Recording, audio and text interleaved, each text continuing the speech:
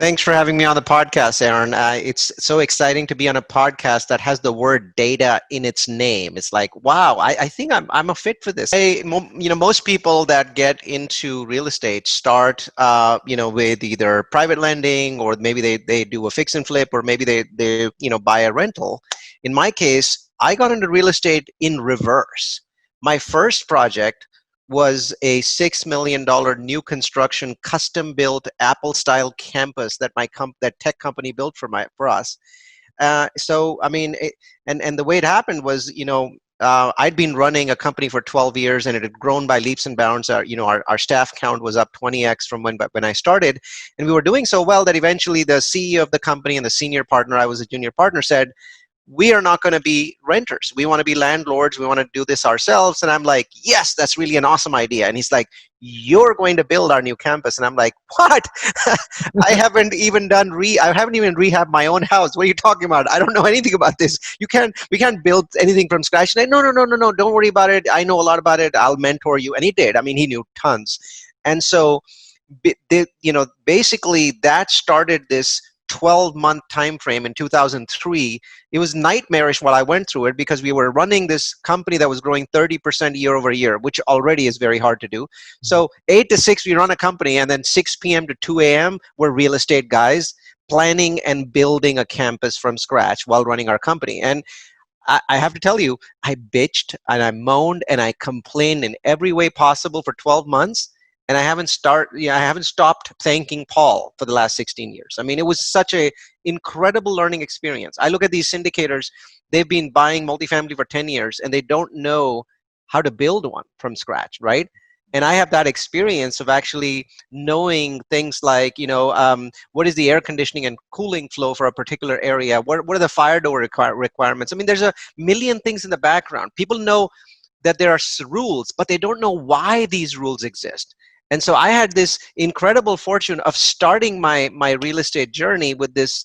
It's almost like a master's degree in real estate construction in real time, right? Lab only, no theory, right? And so that's how I got started. And then it just sort of, the ball sort of rolled from there. So it was in Fremont, California, which is Silicon Valley. And they're like, just as you're done with their book of rules, they're like, oh, but we wrote this new book last week. Wait, we're going to send it to you now, right? So that's California for you. So one of the biggest things I learned from that, and by the way, we ended up building 6 campuses, right? That was kind of just the beginning, because it was such an explosive success for our business to build a custom campus for our needs. It drove our business. Like, real estate usually doesn't drive technology businesses, but in this case it did. And so we ended up, building or partially building 6 different campuses. As we were building those out, I learned that it's a terrible idea to be building anything in California. So while I love California, I live in California, now when I'm building a 240 unit, I'm building a 117 unit. They're all outside California because they're so much easier to build and the risk is so much lower. Well, I did a weird switch. So I went commercial, then single family, then small multifamily, then very large multifamily, right? So it was kind of 4 steps. And I'll tell you my story, actually, that part of my story is interesting. So I love telling that. So I see all this stuff that's happening with this commercial building. I see the depreciation. I'm like, this is insane, man. The benefits in real estate are almost like cheating, right? This is the first time I've really been exposed to this. And guys like me, the big fat tech salary people, right? We're making a lot of money, but not keeping a lot of money, right? We're giving 50% of it away to California and to the feds. And so all of a sudden I start seeing the depreciation benefits. I'm like, ooh, this is awesome, right?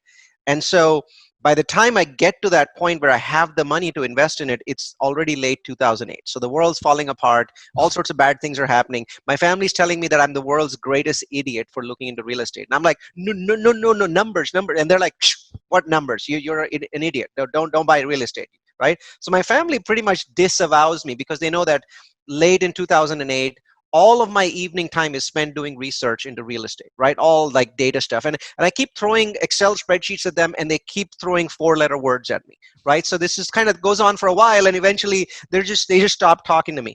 And I'm like, look, I don't think that these guys get the numbers. The numbers are like incredibly powerful. So what I do is I'm like, I need to get numbers and I don't know if property radar existed back then, but I couldn't find the data. What I was looking for was a very specific piece of information. I had heard that when real estate goes up, it goes up way further than it should, right? Bubble. When it comes down, I'd also heard that it goes down too far, right? It goes down beyond where it should. So it's a natural sort of up and down thing. And so I was like, I need to find a piece of data, which is what I need to know every city in the US. What was the 2005 peak price, or maybe 2006? And what is the 2008 December trough, right? So what is that delta? Because that delta shows me which cities in America are good to invest in. Now, there's probably 10, 15 better ways of doing that, but back then I was just beginning, right? I didn't know what I didn't know, but that was actually a pretty good way of investing in 2008. So what I do is I go to this Ukrainian hacker on Upwork.com, right, which was called something else back then. I think it was called Odesk or something like that. So I go to this guy, and I'm basically like, there's this website called Zillow, and I want you to basically spider their 3,300 cities. And somewhere in there, there's a graph which shows, their peak and their trough. And I want you to basically get that data and put it in Excel. And I was like, it's probably going to take this guy a month. Well, I got my lesson in the power of technology, because 12 hours later, an Excel spreadsheet with 3,300 cities arrived in my, in my Excel. So the first thing is like, God, please don't send the FBI to my door for crashing the Zillow website.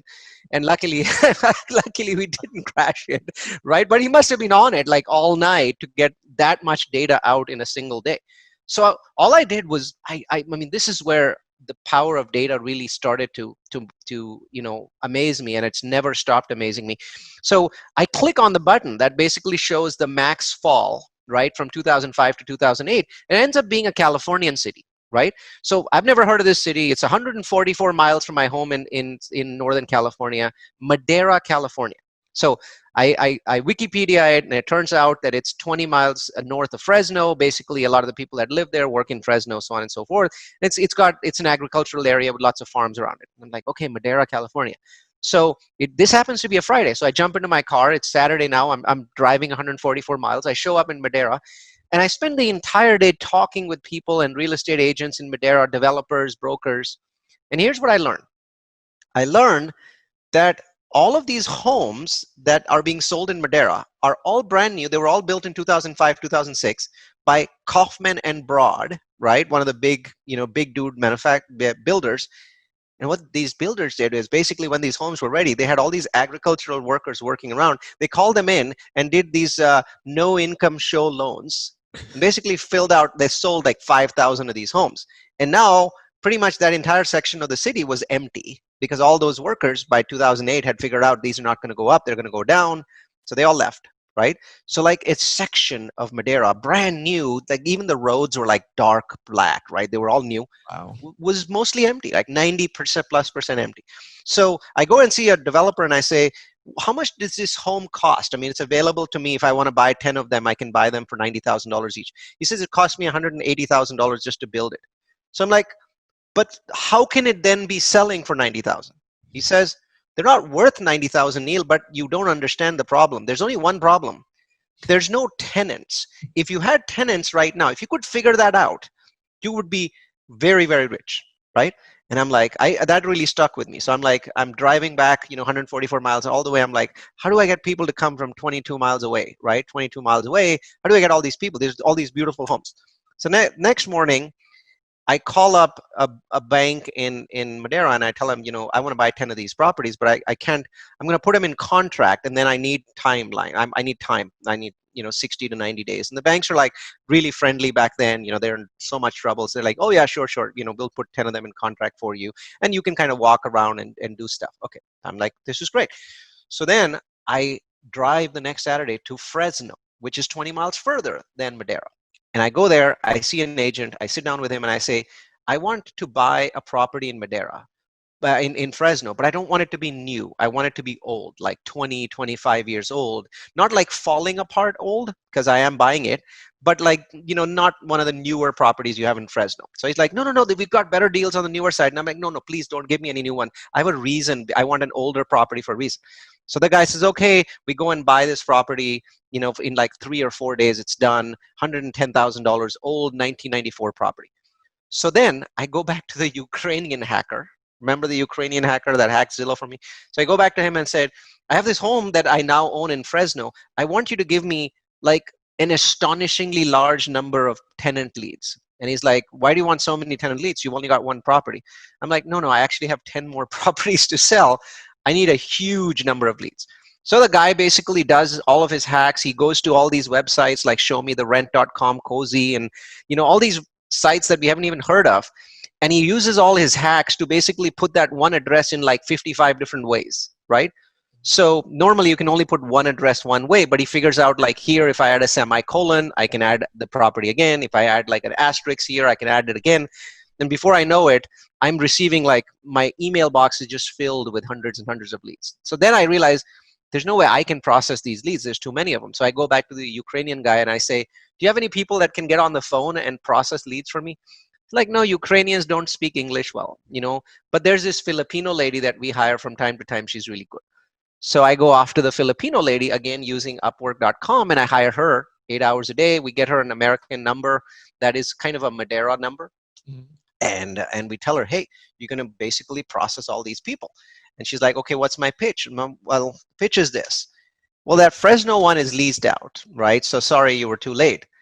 But we have 10 brand new homes, beautiful. They're not 3-bedroom, they're 4-bedroom, and they're $400 less, right?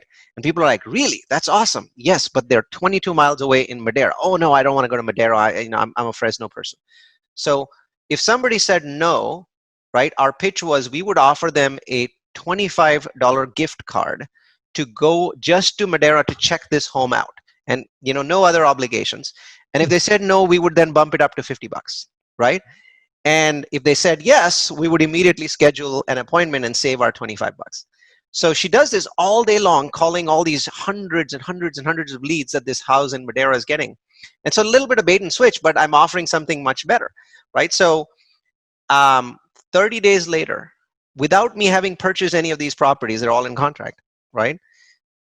All those people from Madeira have visited, all those Fresno people have basically gone there. Once they go there, they realize that nobody's ever lived in these homes. They're all brand new. They're beautiful. Coffin and Broad makes very good looking homes. And so I have 10 tenants. And on day one, I have an astonishing amount of cash flow because you're buying these things for $90,000. The tenants are paying you, whatever, $1,200. And at the end of it, I couldn't believe that I'd actually pulled this off, but I did. And I made the greatest mistake of my life right there. I listened to my loan broker. He said, you can only buy 10 homes. So I only bought 10. What he should have said is, you can only get conventional loans on 10. This other guy over there will let you buy as many as you want. And so I still own most of these. And so that's how I got into the single family side of things, right? So that's just how did I go backwards from commercial to single family part of the story?